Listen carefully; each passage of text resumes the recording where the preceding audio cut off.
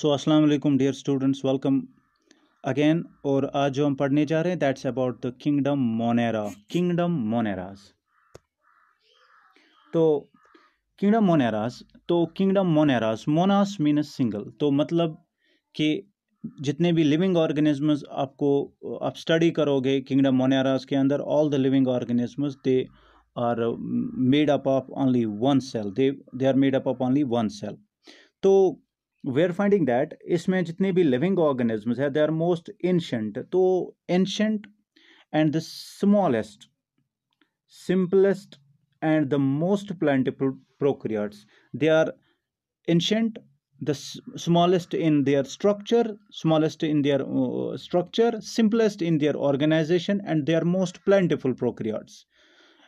Some of the examples I want to give over here. कुछ example जो मैं देने जा रहा हूँ यहाँ पे, जो मैं बताने जा रहा हूँ किंगडम मोनेरास के, that's about one is example of the mycoplasma bacteria, actinomycetes and photosynthetic bacteria, which is also called as blue green algae, जिसको blue green algae भी कहा जाता है। चलिए next one we'll study the next one, characteristics that they are the first inhabitants of the earth and still continue to flourish। तो ये बता रहे हैं कि जब ओरिजिन हुई अर्थ की, लाइफ की ओरिजिन हो गई, आई मीन से दैट जब इसे कहते हैं कि ओरिजिन ऑफ अर्थ हो गई, तो ये वो when the life starts existing on the earth, when the life starts the flourish of the life starts, so they were the first living organisms which were the inhabitants, जो पहले living organisms थे, जो इनहिबिटेंट्स थे, और still continue to flourish, जो आज भी, तब भी स्टार्ट में जब ये लिविंग ऑर्गेनिज्म, जब लाइफ स्टार्ट हो गई, पहले लिविंग ऑर्गेनिज्म यही थे जिन्हें लाइफ स्टार्ट की, और इन्हीं से जो इवोल्यूशन हुआ, जो मॉडर्न जितनी भी लिविंग और कम्प्लेक्स आज जो हम देख रहे हैं कम्प्लेक्स लिविंग ऑर्गेनिजम्स हैं, तो इन्हीं से इवोल्यूशन स्टार्ट हुआ। जो कम्प्लेक्स ऑर्गेनिजम्स देखते हैं तो कहते हैं as per the evolution, as per the evolutionary relationship, we are finding that they are the living organisms where the life has actually starts, और ये आज भी flourish करते हैं। तो what are next one, they are organisms which are mostly unicellular, जो मैंने अभी बताया कि ये वो living organisms है जो unicellular है। किंगडम मोनेरास में जितने भी living organisms हैं सारे unicellular हैं। Our example is that the cyanobacteria, that is the multicellular। और एक और कैरेक्टरिस्टिक्स के इनके बारे में बताना चाहूँ कि they do not have a definite nucleus, कोई इनका डेफिनेट न्यूक्लियस नहीं होता है। जब मैंने प्रोकैरियोट की बात की, प्रोकैरियोटिक सेल की बात की, तो प्रोकैरियोटिक सेल में ये सारे पॉइंट्स जो डिस्कस हो रहे हैं, that is they do not have a nucleus, genetic material is a circular double stranded, okay, helical, DNA enclosed by that of the nuclear membrane. It's like this, like अगर एक prokaryotic cell को देखा जाए तो prokaryotic cell में क्या होता है कि एक सेल होती है, वहाँ पे वेल डेवलप्ड सेल ऑर्गेनिज नहीं होते हैं। तो वेल डेवलप्ड सेल ऑर्गेनिज जो यहाँ पे नहीं आपको मिलेंगे वो कौन से ऑर्गेनिज हैं? Like you will not find the endoplasmic reticulum, mitochondria, ठीक है, Golgi apparatus, lysosomes, centrosomes. These are the organelles which are completely absent, or they are completely absent, or they are lacking. Like अभी फिर से मैं बता रहा हूँ, mitochondria, plastids, Golgi apparatus, lysosomes, endoplasmic reticulum, centrosomes, they are lacking.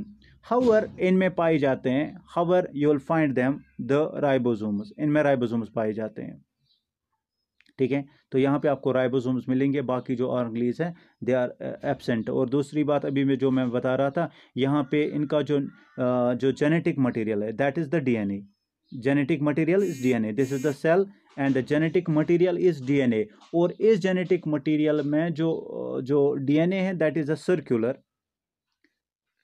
circular and double stranded, having two strands, and that is two helical।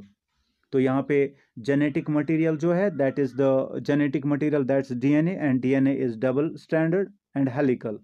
It is DNA double stranded having the two strands, like having the two strand, जैसे आप common DNA में देखते हो यहाँ पे two strands होते हैं, like this, it's a helical structure, having two strands. This is one strand, this is next strand. Like here in case of moneras, जो genetic material है वो DNA है, लेकिन it's circular like this and double strand and helical. Okay, so DNA, you know that is genetic material, and that is DNA full form stands for deoxyribonucleic acid. तो जैसे आप अभी मैंने बताया कि वेल डेवलप्ड सेल ऑर्गेनिज्म नहीं है, DNA circular है, डबल स्टैंडर्ड है, हेलिकल है, तो सच organisms which do not have a definite nucleus, they are to be called as a prokaryotes. तो मोनेरास हैं प्रोकैरियोट्स. और एक चीज़ और मैं बताना चाहूँ कि प्रोकैरियोट्स में हम बात करते हैं, अभी मैंने कहा कि इनका जो जेनेटिक मटेरियल है, and that genetic material which is helical double stranded, it is not surrounded by well developed nuclear membrane. तो अगर well developed nuclear membrane नहीं है तो यहाँ पे हम न्यूक्लियस नहीं कहेंगे, यहाँ पे एक और टर्म हम कहेंगे, that is called nucleoid. That's we called as nucleoid. ठीक है, तो न्यूक्लियस नहीं कहेंगे, न्यूक्लियोइड कहेंगे. Now listen. तो जैसे मैंने बताया, they do not have a definite nucleus, genetic material is circular, double standard, helical DNA not enclosed by the nuclear membrane. Got it. Now एक और पॉइंट जो मैं डिस्कस कर रहा था कि cytoplasm is devote of the organelle. यहाँ पे कोई ऑर्गेनेली आपको नहीं मिलेगी, कोई भी सेल ऑर्गेनेली आपको नहीं मिलेगी वेल डेवलप्ड, एक्सेप्ट यहाँ पे आपको मिलेंगे ribosomes and cell wall is generally present. तो यहाँ पे आपको सेल वॉल मिलेगी, मोनेराज के सराउंडिंग आपको सेल वॉल मिलेगी. अब बात करते हैं मोड ऑफ न्यूट्रिशन की. तो you know that every living organisms every living organism need a food. It needs food that is obtained from the environment, okay, either by the mode of autotroph, either by the mode of heterotropic mode or autotropic mode. तो बात करते हैं यहाँ पे मोनेराज की. तो मोनेराज they can be either autotrophs or they can be heterotrophs.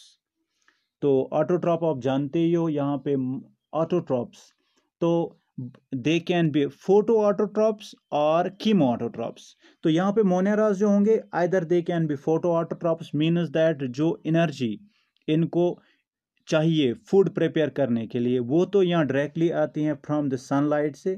अगर sunlight से आती हैं देन दे आर फोटोट्रॉप्स. अगर due to the chemical reactions, if energy is derived from the chemical reactions, then they are to be called as chemoautotrophs.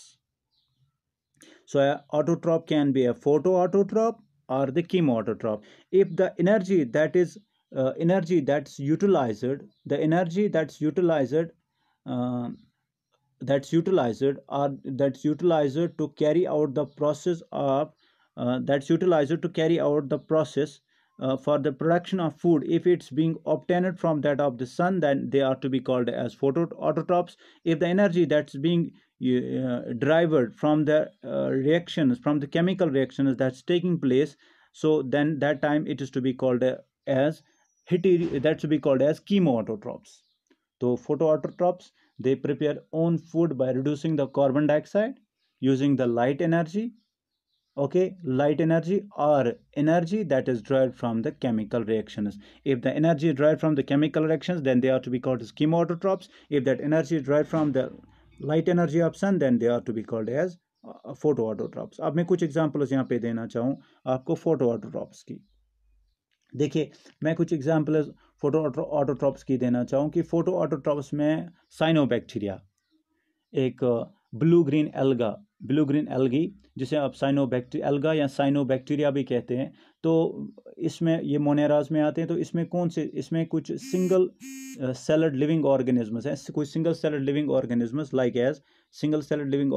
Like as Nostoc. ठीक है, Nostoc is there. हाँ, Oscillatoria is there. Nostoc and oscillatoria, they are the organisms that are photoautotrophs.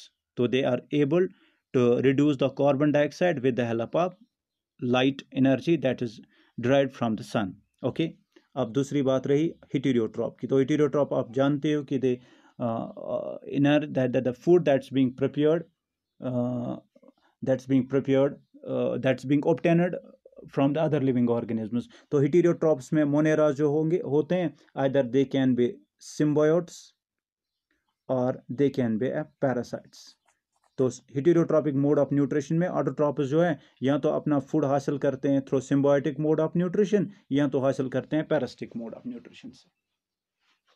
चलिए, हो गया mode of nutrition भी। अब बात करते हैं इनके रिप्रोडक्शन के बारे में।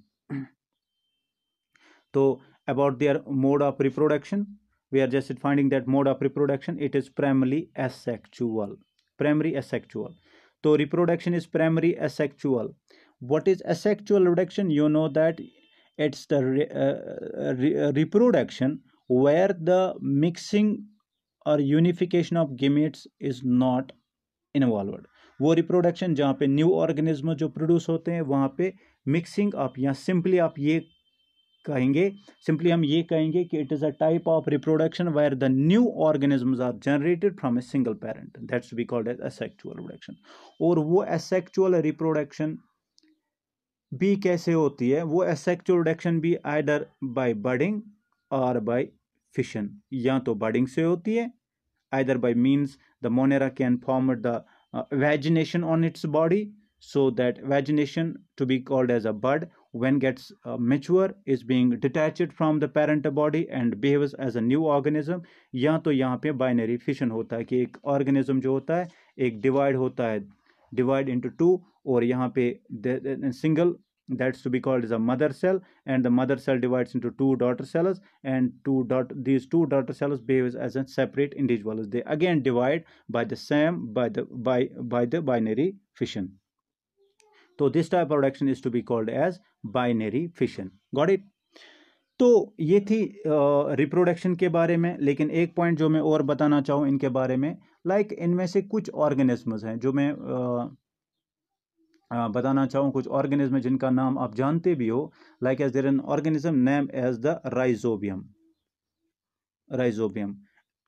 Azotobacter, Rhizobium Azotobacter, and there is an organism that's name of an organism is, it is Clostridium. It's Clostridium, okay, Clostridium. And there is an organism named as Nostoc. Okay, for examples I mentioned over here, one is Azotobacter, Rhizobium, Clostridium and Nostoc. ये वो organisms हैं that can fix the atmospheric nitrogen and convert that atmospheric nitrogen as ammonia. So they can fix the atmospheric nitrogen. तो मैंने बताया ये वो living organisms हैं जो रहते हैं as a symbiotes. तो मैंने कहा जब अभी मोड ऑफ न्यूट्रिशन बता रहा था तो मैंने कहा मोड ऑफ न्यूट्रिशन में ये लिविंग ऑर्गेनिजम्स मोनेरास जो है they can maintain the symbiotic mode of nutrition. तो ये वो ऑर्गेनिजम्स है जो मेंटेन करते हैं सिम्बायोटिक, जैसे इनमें राइजोबियम है। राइजोबियम इज अ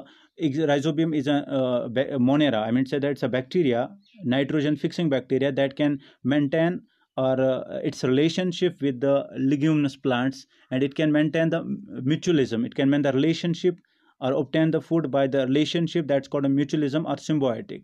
तो जिसमें ये फूड obtain करता है और इन रिटर्न ये उसको फिक्स करके देता है atmospheric nitrogen into ammonia. Okay, तो ये थे कुछ एग्जांपल्स जिनके बारे में बता रहा था कि ये एक्ट करते as a nitrogen fixing bacteria. और भी कुछ मोनेराज हैं जो एक्ट करते हैं primary decomposers. Okay, they are the decomposers as important, इन्हें मिनरलाइजर्स भी कहते हैं, एक्ट करते हैं एज ए डिकम्पोजर्स। तो और इनमें कुछ लिविंग और जैसे ब्लू ग्रीन एल्गा की बात करते हैं, they act as a producers. तो फूड चेन में ये प्रोड्यूसर्स के, ब्लू ग्रीन एल्गा जो है फूड चेन में ये प्रोड्यूसर्स के एज अ प्रोड्यूसर्स यूटिलाइज किए जाते हैं फूड चेन में। और इनमें से कुछ बैक्टीरिया जो एक्ट एज ए डिकम्पोजर्स भी करते हैं। ठीक है, तो जनाब ये था अबाउट द मोनेरा। अब मोनेराज में टाइप्स ऑफ बैक्टीरियाज हैं। मोनेराज के इंक्लूड्स में जैसे मैंने कहा अभी एक्टिनोमाइसीट्स हैं, साइनोबैक्टीरिया, ब्लू ग्रीन एल्गा है, माइकोप्लाज्मा एंड आर्कीबैक्टीरिया। तो इनको हम अलग से पढ़ेंगे इन जो अब हम बैक्टीरियाज को अगेन क्लासीफाई करते हैं दो में। एक को कहते हैं हम आर्की बैक्टीरिया और दूसरे को हम कहते हैं, one is to be called as archaebacteria and second one is to be called as eubacteria, जिसे हम ट्रू बैक्टीरिया कहते हैं। So we will classify this archaebacteria, eubacteria, mycoplasma and cyanobacteria. जैसे true bacteria, actinomycetes, cyanobacteria, mycoplasma, archaebacteria. ये तीन तरह के bacteria, चार तरह के बैक्टीरिया जो है, इनकी क्लासिफिकेशन हम इनका डिटेल स्टडी हम अगले लेक्चर और कमिंग वीडियो में, कमिंग लेक्चर जो मेरा होगा इनमें मैं स्टडी करेंगे, इनके बारे में पढ़ेंगे। So thank you.